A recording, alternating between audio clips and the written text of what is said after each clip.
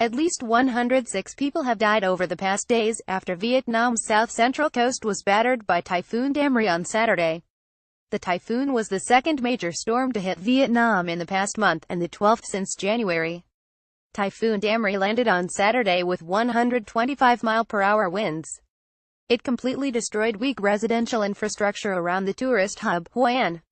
Over the weekend, gale-force winds, floods and landslides damaged at least 116,000 homes, destroying 40,000 of them. Electricity poles were felled in many areas, and trees flung atop buildings and on roads. 6 cargo ships capsized along with hundreds of smaller fishing boats. Although the storm passed within 24 hours, heavy rainfall lingered for several days. The flooding has yet to cease, destroying farmlands and crucial infrastructure. Dozens of reservoirs are reportedly on the verge of overflowing, threatening impoverished villagers and farmers with further catastrophe. At least 25 people remain missing and 197 have been reported injured. The death toll has risen sharply over recent days and is expected to continue growing. At least 30,000 people have been displaced, and 4 million people affected. The death and destruction has led some to brand the typhoon the worst that has hit Vietnam in at least 18 years. The latest storm follows Typhoon Doksuri, which struck central Vietnam in September. Despite its quick sweep through the region, at least 11 people were killed and more than 190,000 homes damaged. In August, heavy flooding and landslides in the northwestern provinces resulted in 27 deaths and over $45 million in damages.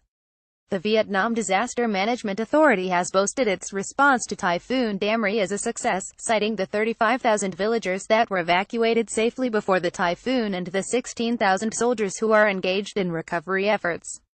However, reports from the ground indicated that the victims of the storm were given virtually no warning, and were abandoned by the authorities for days. In most areas, residents and tourists were given minutes to evacuate. At first we were given 30 minutes to get out. Later it got more serious and they said we had 15 minutes, a British tourist in Hoi An told The Sun. Aid has been slow to reach the most damaged areas, due to blocked roads and ineffective bureaucracy. Win Thi Dung, a local vendor in Hoi An cited by Agence France-Presse said, "Our family spent some days on the second story of the house, eating only raw instant noodles as the power was cut off." Other survivors also reported being stranded with nothing to eat, and limited supplies of fresh water. Hoi An is a popular tourist destination and a UNESCO World Heritage Site, just 30 kilometers from Da Nang, where the Asia-Pacific Economic Cooperation APEC Summit begins today. Minimal structural damage was reported within central business districts of Hoi An and Da Nang. Both have increasingly been developed into wealthier hubs for travel and business. The surrounding rural provinces, on the other hand, have been decimated. Residents of a number of the southern and central provinces rely on subsistence farming, low-paid rural work and fishing. Poverty rates are as high as 50% in some areas. At least 250,000 hectares of farmland were destroyed by the storm, jeopardizing the livelihoods of tens of thousands. Tui Tray News reported on Tuesday that in the Van Ninh district of Con Hoa province, up to 85% of fishing boats had been destroyed. Villages in Van Ninh district now resemble a giant landfill as they are filled with debris from damaged homes and the wreckage of local fishing boats, the article stated. One fisherman, Win Thi, commented, "We rely on nature to earn our living. Now nature has taken everything from us. My house has been knocked down, my ship is broken." Thi said he would have to leave the village to find work elsewhere. Those affected by the latest storm face a similar crisis to the victims of Typhoon Doksuri, who were given meager state aid, and in many cases, were reportedly forced to rely on charity. An article in The Conversation in September by Chin Lu and Jason Von Meeting, who have researched flood disasters in Vietnam, noted rapid population growth, industrial development, and agricultural expansion have all increased flood risk, especially in Vietnam's riverine and coastal areas. Lu and Meeting stated that, socially marginalized people often have to live in the most flood-prone places, sometimes as a result of forced displacement. A number of those hit by flooding disasters this year in northwestern Vietnam have previously been forced to leave their homes to make way for vast hydropower projects.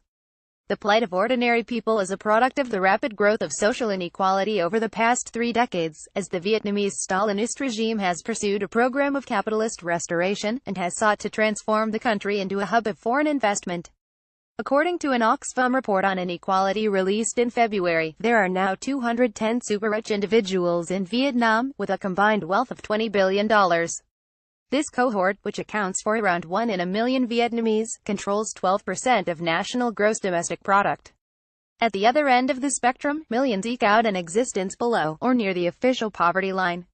The Oxfam report noted that between 1992 and 2002, the income share of the poorest 40% of the population fell by over 2 percentage points, to just 17.28 of the national total. The social divide is on display this week. While millions hit by the latest typhoon are facing destitution, the government is laying out the red carpet for dignitaries and heads of state, including billionaire U.S. President Donald Trump, at this week's APEC summit.